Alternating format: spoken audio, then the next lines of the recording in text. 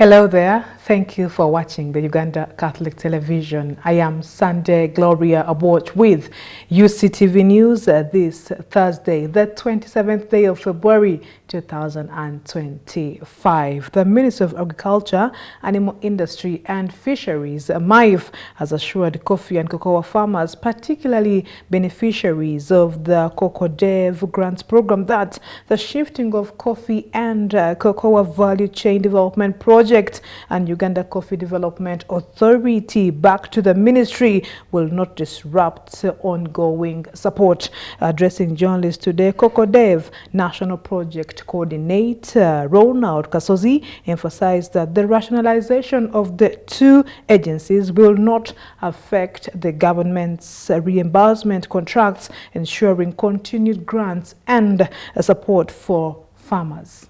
Very much. I think, as we've indicated, these grants have already been awarded to the 152 beneficiaries, as indicated in the press briefing, and we signed the agreements with them whereby they are supposed to plant, and once the crop has come out of the soil, we are supposed to reimburse them 60%, and then thereafter, after 9 months, when the crop has been well maintained through sustainable agronomical practices, then we shall give them the reimbursement for 40%. This is a reimbursement grant where a farmer initially puts in their money, then they account for the harvest, and then we reimburse them. So those farmers who have already planted from September 2024 are due for their first payment, and that is the payment that we have to give assurance to, that it will be paid immediately once the internal processes are concluded. So the main element already in the contract and described well, that we are reimbursing you for the expenses you've incurred and the acres you've planted. Regarding whether it is a grant or cash, this is purely a cash grant. It's a reimbursement grant. We don't provide inputs to farmers, but we undertake some training and skills development to the farmers to teach them some good practices for agriculture in terms of planting, farm management, record keeping, and also the overall process of planting and maintaining their gardens. So this is purely a cash grant, and the farmers will be reimbursed the cash arising from the acreage that they have planted. For the national operators, I think the simple answer I have is that those liabilities are taken over by the Ministry of Agriculture, and the ministry, upon verification of the claims, they will definitely do a reimbursement, because the process was under the former authority, but all these liabilities were taken over by the Ministry of Agriculture, and the ministry will verify these claims, and once they are verified as legitimate, the government of Uganda will ensure that they are fully paid. Finally, regarding the challenges, I think one of the challenges we face, of course, is that there is a huge demand of interested people who are willing to plant coffee. If you look at the press release, we had over 1,200 applicants, and we are only able to get 152. So that insatiable demand of people is a challenge but an opportunity. And the government is going to explore ways and means in which they can try to support most of the people who are willing to venture into coffee farming. The nominations for the Kawempe North by-election have officially concluded, with the Electoral Commission urging all stakeholders to respect the electoral process. Kampala District Returning Officer Henry Makabai confirmed that 9 contenders have been nominated for the Kawempe North MP seat, while 5 candidates have been cleared to contest for the Kazo Angola Councillor seat. There are five candidates for the parliamentary position, 5 representing political parties, and 4 independents. So we have nominated 9 candidates so far. The brutality was not exhibited in the premises of the Electoral Commission, not even anywhere near the Electoral Commission.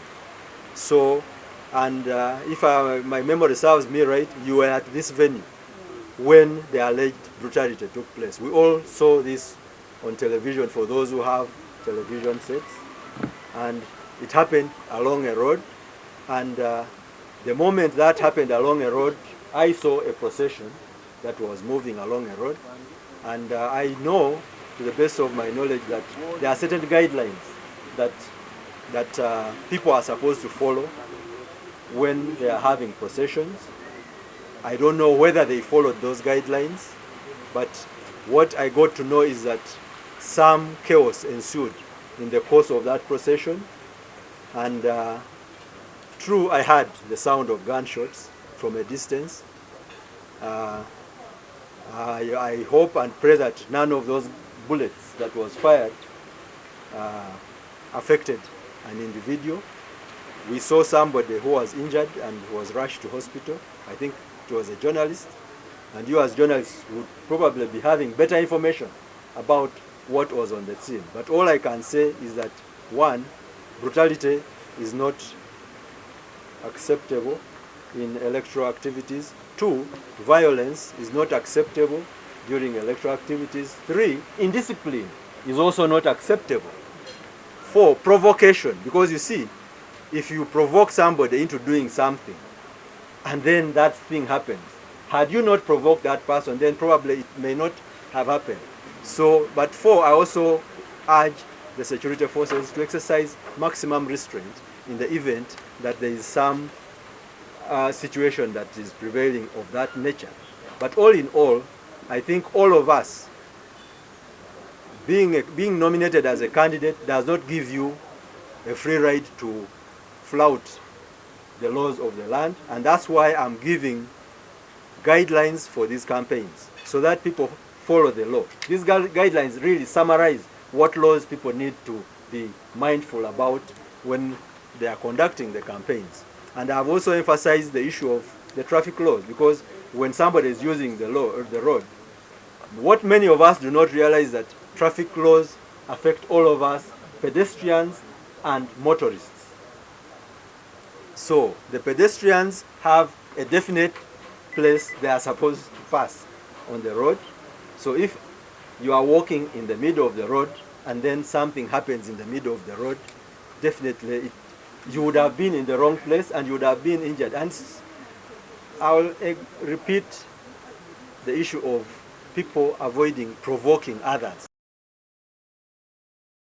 The State Minister for Lands, Dr. Sam Mayanja, has directed the Uganda People's Defense Forces Engineering Brigade to resume construction of Kayunga Regional Referral Hospital, which had stalled due to a land dispute between the hospital and Lugazi Diocese. During his visit to Kayunga District, Mayanja also instructed Resident District Commissioner Mariam Nalubega to ensure the hospital's security.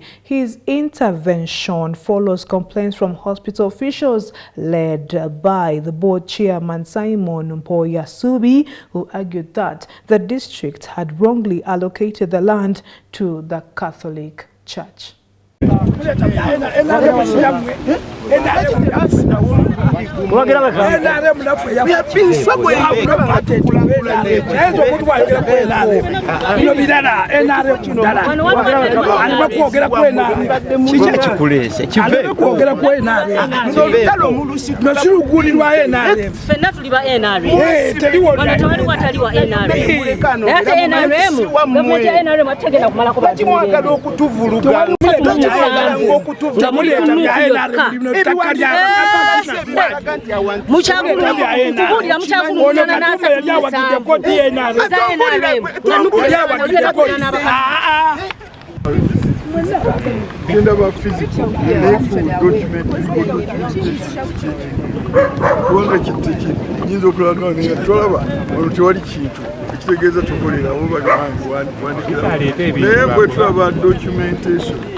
Yoneraga nti mu 1964 webatandika okuzimba pulani 34 acres zeza gavumenti zeyatwala makogo teyasaako fensi teyakolamu kyamunayenga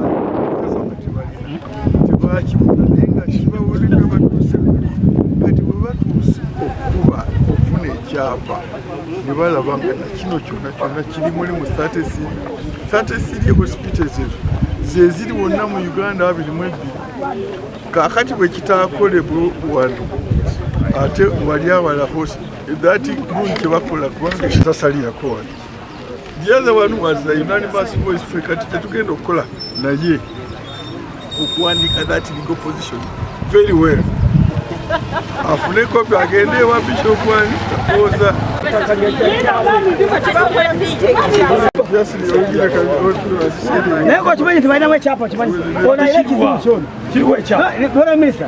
this man has his own problem. Don't even say, I know him.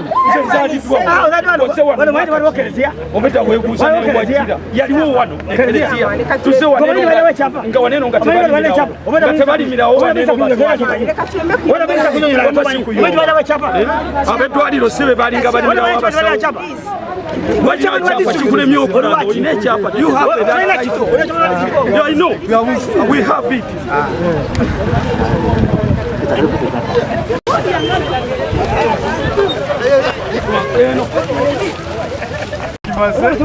Limunda mukimu kyapa kya hospital ekyapa kirimu local government Kayunga local government user Kayunga referral hospital and that work must continue. Good. I think that's that. We have however agreed that we can consider compassionate compensation, because it's not possible, as far as we are concerned, it's not possible that government took over land for the 22 hospitals, 33 acres each hospital, the hospital here in Kayunga, the hospital in Kiryandongo, the hospital in Gombe, all these hospitals, 33 acres, all of them. And in 1965, it's not possible that the government would not have compensated. The Compulsory Acquisition Act was there, and all were compensated, including the Catholic land on which the hospital sat. However, we have said, if they can show that they were actually left out, then we shall negotiate a compassionate, because they are even time barred. They could have raised their action, count 12 years after 65, that is 77. They could have raised the action up to 75, 12 years expired. So they can only get through a compassionate compensation. And that will be a process in the Catholic Church first. We shall take the minutes of today. The Catholic Church will have to sit and make a case that they were not compensated in 1965. And when that case is made, we shall take it to His Excellency the President. But we shall only support it on basis of compassionate compensation, not a right, because that right long expired. And we are not sure whether it didn't happen. Because one individual here who has been here is not the church. The church was a big thing. That time, there was no Lugazi diocese. It was all, I think, Rubaga. It was under one titular. So you don't know whether there was payment made. I think Bishop Chwanko was still the Archbishop, because this was 65. Bishop the hospital. If we have seen the limits, the marks, the iron marks. Yeah. So we cannot stop the development from continuing. So the hospital authorities will continue the development, and the RDC will provide adequate security to make sure work is continuing. So that Kayunga Hospital and the 16 districts which will enjoy the facility here do not lose out because of a baseless argument. I think that has been agreed. Engeri gye batulaze ebipapula nga tuli mu administrative meeting mu office ya RDC batulaze nti ekyapa kya Catholic kiri mu makati 2 acres ziri mu makati ga 33 acres. Ekitegeeza nti bwe banegotiatinga Catholic Church ne district leadership ey'ebyo ebiseera ne babateeka wano awasembayo. Kitegeeza nti ekyo kyava mu kuteesa kwa district ey'ebiseera ebyo ba leaders ab'ebiseera ebyo kati aba district leaders ab'ebiseera ebyo tebasobola ku negotiatingira government on behalf of government. Eyo yali ensobi, kati ensobi tesobola ate kugibwawo ensobi endala. Ensobi bagijjawo n'ekituufu. Ettaka lino baaleka ekifo ky'ekkereziya weerire baamanya nti n'ettaka si lya kkereziya bali batongoza pulogulaamu y'okuzimba sikoseeyo baalaga eri munda mu ddwaliro gye baagala okuzimba so seeno buki bweru naye tusaba gavumenti ebeere ennenkanya Minisita Sam Mayanja bwaze ekigambo kye tumusuubiramu si kyayogedde kubanga agambye nti batandika okukola bo beeyiye ki kye bagenda tukompaseetinga ffe tetuwakanya nteekateeka neffe ng'ekkereziya gavumenti erina omumanya nti abantu baayo ate era be bamu beebeekkereza batwese ng'omutima gwaffe si mulungi naye tugenda kugezaako okulaba era nga tukozesa amateeka amasuku mukuba tumanyi Sam Mayanja si asembayo we shall go to the court era etubuulire kye tujja okukola. Thank you for watching UCTV News. We'll go for a break and we'll be back.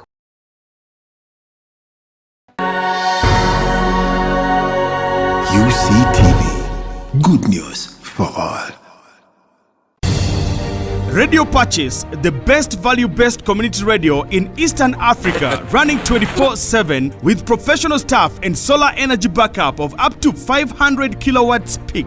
We rock the whole of northern Uganda and the world using 7 languages on 90.9 FM and 94.5 FM in Arua on Ediofe Hill, 99.7 FM at Moyo on Adua Hill, 101.4 FM at For God in Gulu, and online at www.radiopatches.org or download the Radio Patches app from Google Play Store and Apple Store. Radio Patches, peace of Christ for all. It is time for Today in History.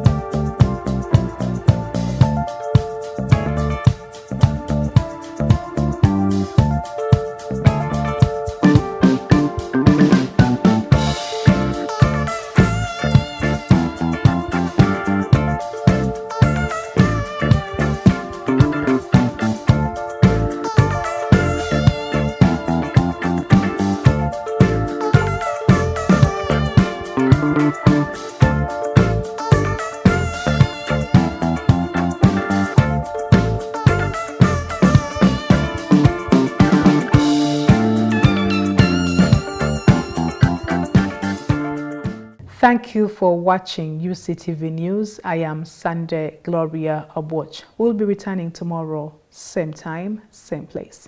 Good night.